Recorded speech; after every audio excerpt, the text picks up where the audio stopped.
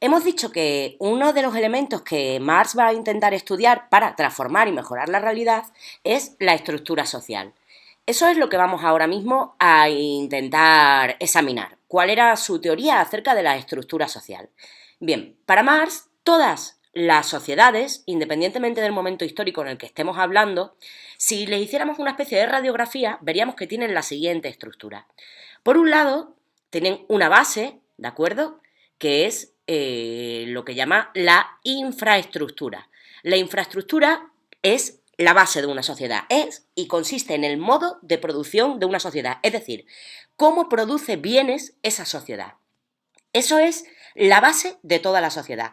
De una manera un poco simplista podríamos decir que lo que Marx está diciendo es que la economía al final es lo que va a determinar al resto de la sociedad, ¿de acuerdo? Bien, luego seguiremos profundizando en cómo es esa infraestructura, ese modo de producción. Vamos ahora al resto de la sociedad. El resto de la sociedad, para Marx, es la superestructura. La superestructura depende, como ya hemos dicho, del modo de producción de una sociedad. ¿De acuerdo? El modo de producción determina a la superestructura. ¿Y qué es esa superestructura? Bueno, pues el derecho que tiene una sociedad, las leyes, por lo tanto, el tipo de gobierno que va a tener, el tipo de religión, el tipo de filosofía, etcétera. ¿De acuerdo? La cultura. Todo eso hemos dicho que está determinado por la infraestructura, el modo como se producen los bienes en una sociedad. ¿Y qué es el modo de producción de una sociedad? Bueno, el modo de producción de una sociedad está determinado, por un lado, por las fuerzas productivas y las relaciones de producción. ¿Qué son las relaciones de producción? Son las distintas maneras como los distintos participantes o agentes que intervienen en el proceso productivo se relacionan. Para Marx hay dos maneras de relacionarse en la historia. Una, todas las personas que colaboran y participan en ese proceso de producción pueden estar colaborando, ¿de acuerdo? Eso se dio al principio de la historia, en un modo de producción que era comunismo primitivo. Nadie era poseedor de nada y todos compartían y trabajaban lo que era de todos.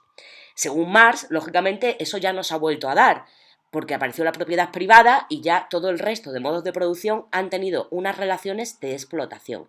Pero él lo que va a plantear y a proponer es que en el futuro, en el marxismo, vuelvan esas relaciones de colaboración. Sin embargo, lo que a día de hoy habría para Marx, y sobre todo lo que había en su época en el capitalismo, eran relaciones de explotación. ¿Ahí qué es lo que ocurre? Bueno, pues que los medios de producción, las fábricas, la materia prima, el resultado final del proceso productivo, todo, en definitiva, va a pertenecer a unos pocos y el resto de agentes, de participantes en el proceso productivo, lo que hacen es trabajar, pero no poseen las cosas. Son trabajadores asalariados, que por lo tanto, para Marx van a estar explotados, ¿de acuerdo? Trabajan para otros y unos pocos son los que poseen y los otros los que trabajan los bienes. Bien, ya tenemos por lo tanto un primer elemento que caracteriza a un determinado modo de producción de una sociedad. Otro de los elementos van a ser las fuerzas productivas. Ahí, ¿qué es lo que tenemos? Por un lado, la fuerza de trabajo, que es simplemente la fuerza que cada trabajador pone. Lógicamente, si no hay alguien que esté haciendo un esfuerzo, que esté dedicando un tiempo, que esté dedicando energía y esfuerzo, no hay proceso productivo. Alguien tiene que estar empleando fuerza de trabajo.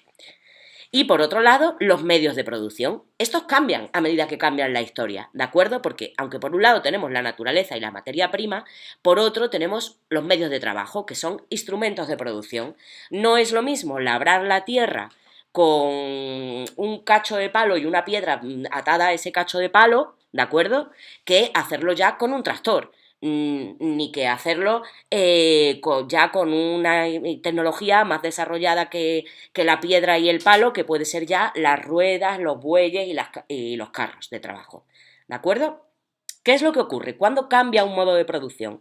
Para Marx, una sociedad cambia cuando llega un momento en el que las tecnologías, los medios de trabajo, los instrumentos de producción mejoran.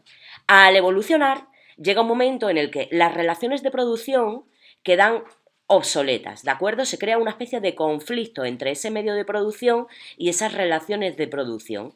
Eso va a generar un estado de inconformismo o de insatisfacción en los trabajadores.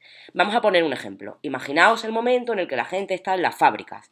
Todo el mundo está trabajando y de pronto aparecen los robots. Y los robots le quitan el puesto de trabajo a un montón de gente. ¿De acuerdo? ¿Qué es lo que ocurriría?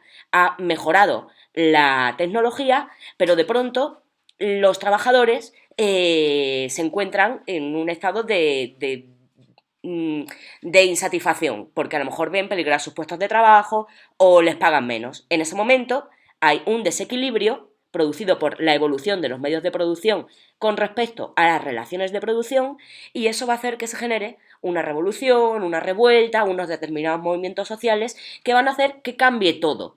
Al cambiar el modo de producción, cambiará también la superestructura. ¿De acuerdo?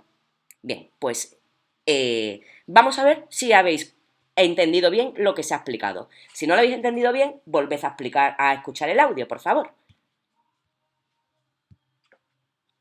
Y a ver si ahora soy capaz de salir de aquí.